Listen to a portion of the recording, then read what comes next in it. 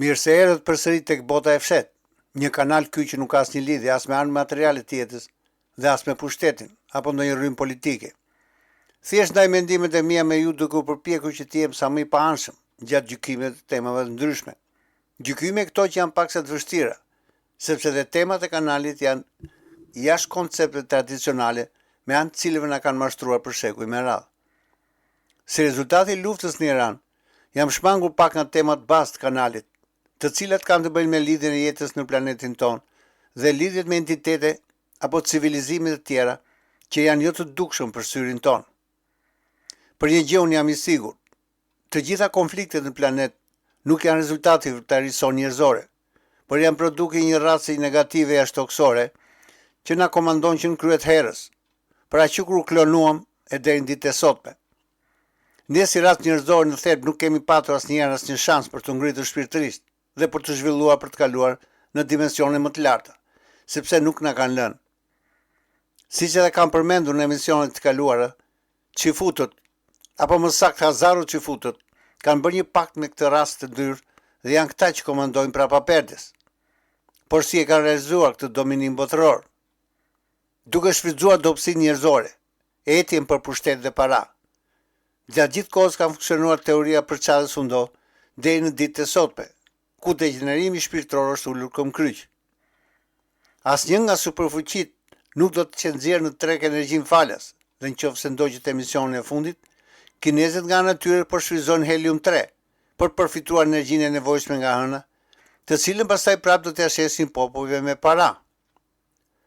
Unë u të di se si mund të ndërhyjnë jashtëtoksorët që na mbrojnë e që t'japin fund kësaj historie një herë mirë, dhe ulja e kinezëve në hënë apo dhe amerikanëve që ndjekin nga pas, nuk mund të bëhet pa ndërhyrjen e Federatës Galaktike, e cila nga anë e saj ka kërcënuar bazat e drakove që ndodhen aty, që të pranojnë edhe ekipe njerëzore.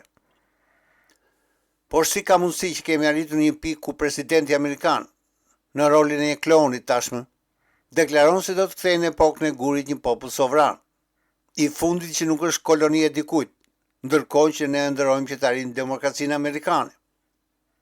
A ka patur ndonjëherë Amerika demokraci, apo lavazhi i trurit realizuar nga mass mediat kanë bërë punën e tyre?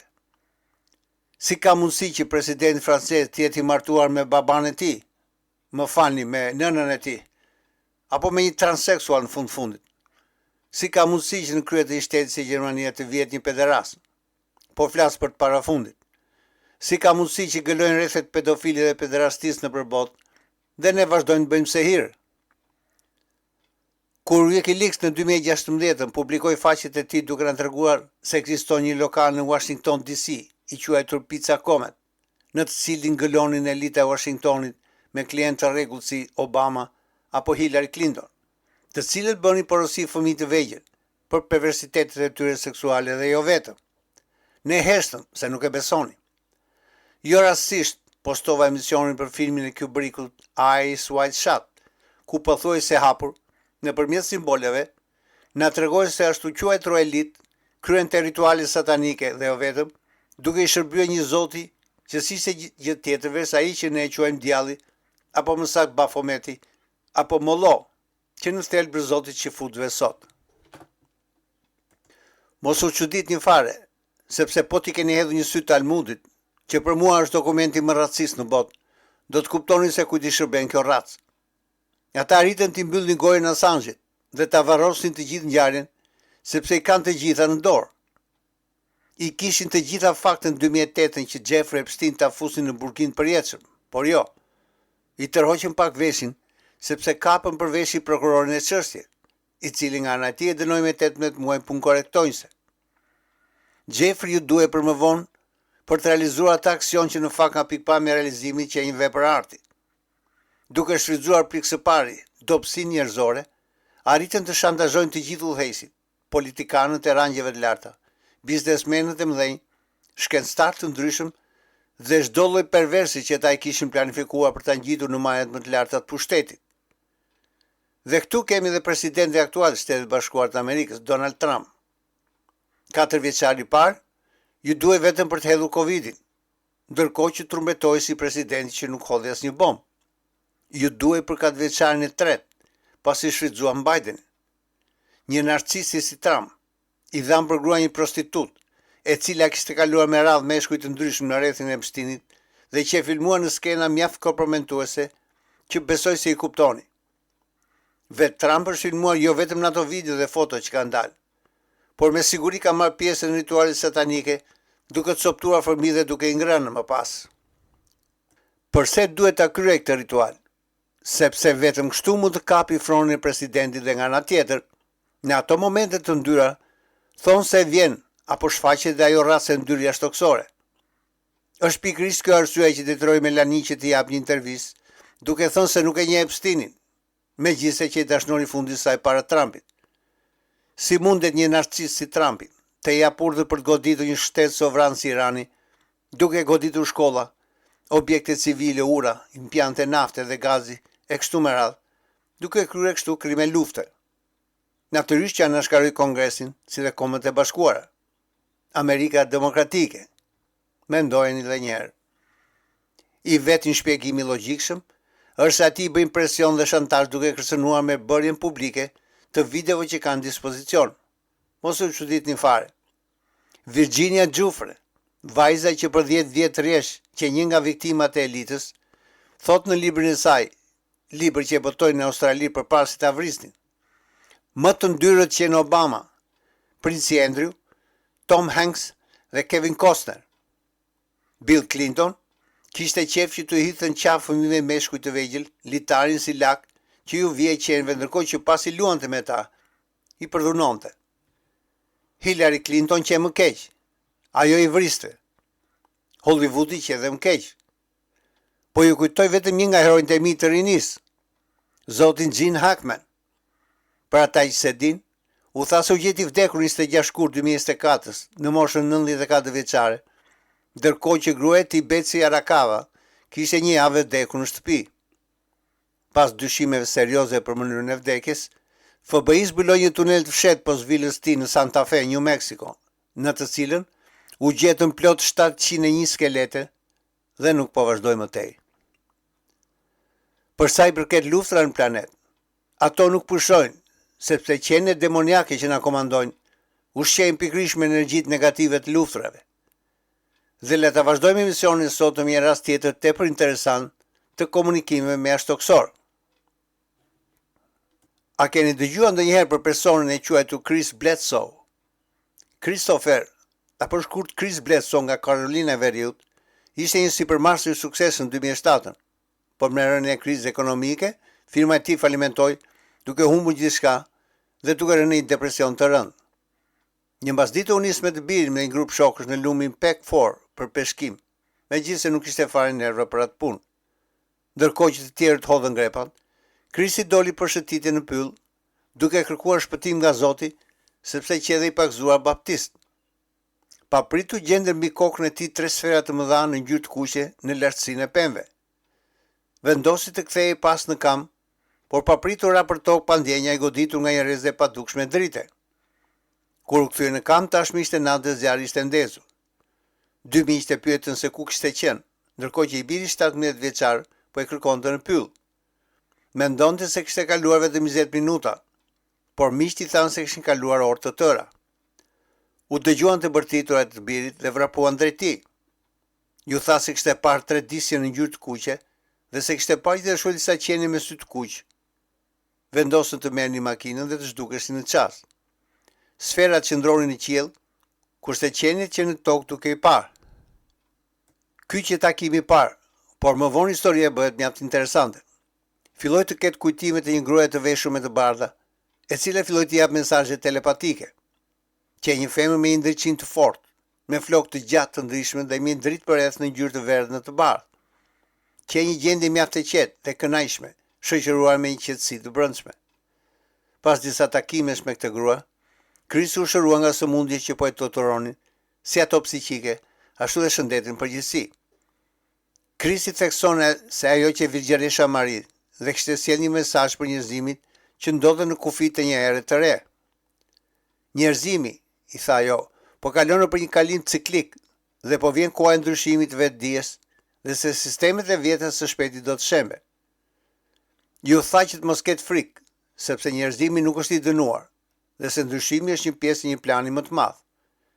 I tha gjithashtu Krisit që duhet të jap mesazhin dhe të mos hesht dhe vetë ai mendoi se është një lloj profeti, por jo në këndvështrimin klasik. Dhe historia nuk mbaron këtu. Në shtëpinë ku jetonte me familjen, filluan ta vizitojnë për ditë sfera të vogla të ndryshme që kalonin muret. Kishte edhe sfera me diametër disa metra që qëndronin jashtë. Krisi kontakton organizatën MUFON, Mutual UFO Network, që merret me këto tema. Ata erdhën dhe fotografuan këtë që po shihni në foto. Nga 12 vjetë më pas, Krisi filluan ta vizitojnë sfera të tejjdukshme, nga të cilat dilnin qenie si engjëj, të cilat vinin si rezultati i lutjeve të Krisit, dhe kjo sipas tij ndodhte çdo ditë.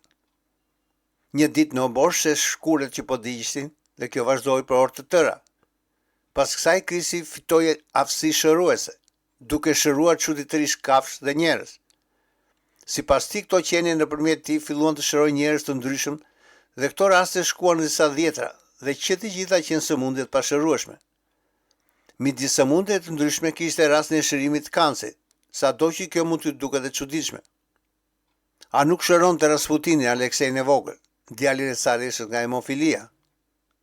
Historia e Krisit vërtetohet edhe nga gjithë familja e tij, e shoqja, 3 djendë dhe e bija, e cila nga ana e saj merr pjesë në podcaste të ndryshme duke deklaruar takimet e përditshme me këto qenie.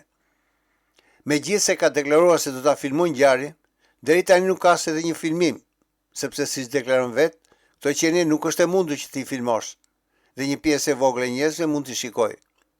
Sipas Gary Nolan, një shkencëtar ky brenda strukturave të qeverisë, është e vërtetë që vetë një pjesë e njerëzve kanë aftësinë për t'i parë këto qenie, sepse ata kanë të zhvilluar atë që quhet amigdala apo bajamja, e cila i mundson të shohin në një spektër më të gjerë se normalja. Personalisht nuk është herë e parë që dëgjoj për këto tema. Nuk është shumë e rëndësishme a beson apo jo historinë e Krisit, po një pjesë e ushtrisë amerikane dhe agjencive të zbulimit besojnë fort tek historia e Krisit. Gjithashtu një pjesë e mirë e NASA-s beson fort tek kjo histori. Duke parë se me çfarë njerëzish takohet Krisi vitet e fundit dhe se në çfarë programesh merr pjesë, kjo tregon se ka diçka të vërtetë. Që nga fillim vitet 50, ekziston në Shtetet e Bashkuara një grup i fshehtë që quhet Collins Elite, të cilët mendojnë se UFO dhe këto qenie qofshin me origjinë demoniake apo angjëllore, nuk janë jashtëtoksor, por qenie interdimensionale që vijnë nga dimensionet e tjera ekzistense dhe jo nga planetet të tjerë. Këto qenie vërtetojnë librat fetar në të cilët besojnë. Pra, ky grup i mjezësh brenda këtyre organizatave të fshehta e besojnë këtë histori dhe kanë hulumtuar disa herë territorin për shtëpisë Krisit. Krisi thotë se ka biseduar edhe me përfaqësues të NASA-s, të cilët nga ana e tyre i thanë se astronautët shikojnë përdit fenomene të tilla në qiell, si dhe sfera të tilla të ndritshme, nga të cilat dalin qenie si engjëj që shikojnë astronautët në stacionet hapësinore. Krisi i shpjegon këto qenie si qenie energjetike, që dalin nga sferat të ndryshme dhe mund të paraqitet në forma të tjera. Mund të jenë 2 deri në 3 metra gjatë, por edhe shumë më tepër, dhe mund të ndahen në 2 apo më shumë forma, dhe mund të paraqitet si dron, duke kryer kështu një metamorfozë. Qeveria i ka shumë frikë këto qenie dhe i quajnë plazmoid apo qenie angjëllore dhe thotë se frika rrjedh nga logjika se nuk mund t'i kontrollojë dot dhe nuk ka mundësi që të mbrohet nga ato. Krisi thotë se shikon gjithmonë sferën në qiell pas lutjeve të tij dhe në një nga këto sfera i thotë se kishin në sipërfaqe një si lloj kodi apo mesazhi. Krisi arriti të takohet edhe me kongresmenin Eric Burlison, një nga personat kyç të dëgjesave në Kongres. Pasi hëngrën darkë, kongresmeni u përpoqi ta provojë në vend aftësinë e Krisit. Ja çfarë thot ai në intervistë. Shkova për darkë me Krisin dhe disa persona të tjerë që adhuronin atë dhe the këtë pa ndonjë keq dashje. Nuk i njihja personalisht, por ata donin që të diskutonin. Nuk e dija se kush që Krisi, por kisha dëgjuar për historinë e tij dhe për aftësinë që mund të komunikonte me ta. E pyeta se ku ndodhte takimi me ta, në shkretir, buz lumit, në fund qytetit e kështu me radhë. Ku të jetë, mu përgjigj. Mund të takosh ditën, natën, kur? Ai mu përgjigj. Nuk ka rëndësi se ku, natën jam më të dukshëm për mua. Po tani jam mundesh, e pyeta, se ka mos e një vit që merrem me këto tema dhe është pak e loshme duke dëgjuar histori të ndryshme nga dëshmitarë të dorës parë dhe prap nuk kemi fakte bindëse. Shkuam në Capitol Mall, pas disa orësh nuk ndodhi asgjë. Më thanë se pas disa javësh, shkuan në të njëjtin vend dhe filmuan ngjarjet të cilën nxorën tek emisioni Ross Coulthard. U shfaqen disa pjesë video që janë filmuar me celularët e tyre. Unë ja dhash mundësinë, dola me ta dhe asgjë nuk ndodhi. Pra Krisi këmbgul se sa herë që do, i thëret, po kur duesh nuk e arriti dot. Thot të njëjtin histori si dhe dëshmitarë të tjerë që kanë parë një grua si Virgjëreshën Mari në një sfond në një dritë fort. Dhe le të vinë tani tek parashikimi më spektakular i Krisit për Pashkët e 2026. Këtë emision e lash Kastile pas Pashkëve, që të shikoj edhe vetë se a do të realizoj profecia e tij. Në një nga kontaktet me këtë grua, ajo e mori në sferën e saj dhe ngjitën mbi sipërfaqen e tokës, duke parë poshtë një katastrofë që Krisi e emërtoi rrezë dielli, një flakë e madhe dielli që godiste njërën anë planetit ton, e cila nga ana e saj do të sillte ndryshimin e poleve të tokës dhe një përmbytje katastrofale. Ju tregua Amerika e Veriut, e cila u përmbyt e gjitha nga një tsunami gjigant. Nuk e dinte se po i dërgonin diçka që kishte ndodhur në shkuarën, apo diçka që do të ndodhte në të ardhmen, një vizion ky mjaft real. Pastaj shëtitën përmbi tokë duke treguar gjëra të ndryshme, por skena më tërheqëse që kur erdhën përmi piramidat në Platon e Gizës. I treguan tempullin e zonjës Hathor, një nga zotat më të mëdhenj të Egjiptit. Pastaj treguan perëndeshën Diana nga mitologjia greke, dhe në fund i treguan Virgjëreshën Mari, dhe sipas tyre që e njëjti person që paraqitet në kultura ndryshme në vende të ndryshme. Pra, që nga Hathor egjiptian e deri te gruaja me bizonin e bardhë, te legjendat indiane. Dhe ja ku na përsëritet e njëjta histori, e njëjta figurë në kultura të ndryshme dhe në vende të ndryshme të shtira gjatë historisë njerëzore. Kjo zonjë dha një parashikim për Pashkët e 2026-s. Do të ndodhë një rreshtim gjatë Pashkëve. Ylli Regulus do të jetë në horizont përpara Sfingës dhe në atë moment do të shfaqet një dije e re. Nuk ja kisha iden, thot Krisi, qofse gjitha kjo që e mundur, por astronomët e kaluan nëpër kompjutra dhe doli që ky yll do të shfaqet në horizont gjatë Pashkëve të 2026-s. Pastaj, nga ky moment dhe më pas, filluan të shikojnë në largësi ngjarjen dhe tani po e dëgjonin në televizion. Mund të ndodhë në 2027 dhe diçka do të ndodhë dhe kjo është një datë cilën ka përmendur edhe Luis Elizondo. Fola dhe me Robert Grandin duke diskutuar për rreshtimin dhe pastaj i tha: "O Zot, kërkoj rubinin e vogël që duhet ta gjesh dhe ta vendosësh midis putrave të Sfingës për ngjarjen e radhës që do të ndodhë në 2026. I thash: "Robert, ky nuk është rubin, është ylli Regulus." "O Zot, ky është," u përgjigj, "është ylli mbretëror. Unë nuk e di se çfarë do të ndodhë, por mendoj se është e mundur që ky është një kthim i Jezu Krishtit apo zonjës dhe gjithë ushtrisë sjellëtore që jeton me ne. Kjo është herë e parë në jetë që e përmend publikisht." Pra që ta përmbledh, ky person beson plotësisht që diçka do të ndodhë dhe agjenci serioze si CIA kanë aktivizuar të ashtu quajturit agjentët të parit në largësi, ata që kanë mundësi të shohin jashtë hapësirë kohës tonë, për të cilët kanë folur në një emision të kaluar, dhe ka arritur në konkluzionin se diçka do të ndodhë me të vërtetë. Prandaj janë shtuar përpjekjet për bërjen publike të jetës së jashtëtoksore në këtë planet. Në fakt nuk ka ndodhur kurrë në historinë njerëzore që një profet të gjejë me saksi profecinë e tij në tokë, dhe nëse ndodh ndryshimi, ai ndodh në kuptimin metafizik dhe jo në atë material. Ky rreshtim i këtij ylli do të ndodhë në mesin e gushtit të këtij viti dhe vetë ylli ndodhet në hyjësinë e Luanit. Siç e dini të gjithë, koka e Sfingës është e vogël në raport me trupin dhe flitet se dikur ka qenë proporcionale me trupin dhe ka qenë kokë Luani. Por Sfingës flitet se ndodhet një dhomë gjigande me dije të lashta, dije që do të zbulohen pas kësaj ngjarje. Krisi këmbgul se nuk do të ndodhë ndonjë armakedon apo kataklizm globale, por një ngjarje globale që do t'ju zbulojë njerëzve dije të reja, një ngritje shpirtërore globale. Personalisht besojnë 100% që entitetet për cilat flet Krisi ekzistojnë, por siç e patë vetë asgjë nuk ndodhi për Pashkë. Megjithatë, kjo nuk do të thotë asgjë, sepse kemi një parashikim nga shumë vetë brenda programeve të fsheta që flasin për vitin e ardhshëm 2027.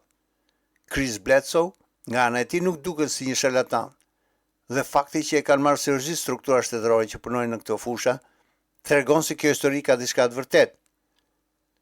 Chrisi natyrisht shkroi edhe një libër mbi këtë temë quajtur UFO of God, por ne nuk na mbetet gjë tjetër veçse të presim se si do të rrjedhin ngjarjet, ndërkohë që vazhdoni të regjistroni dhe drejt tek emisioni i radhës. Mirupafshim.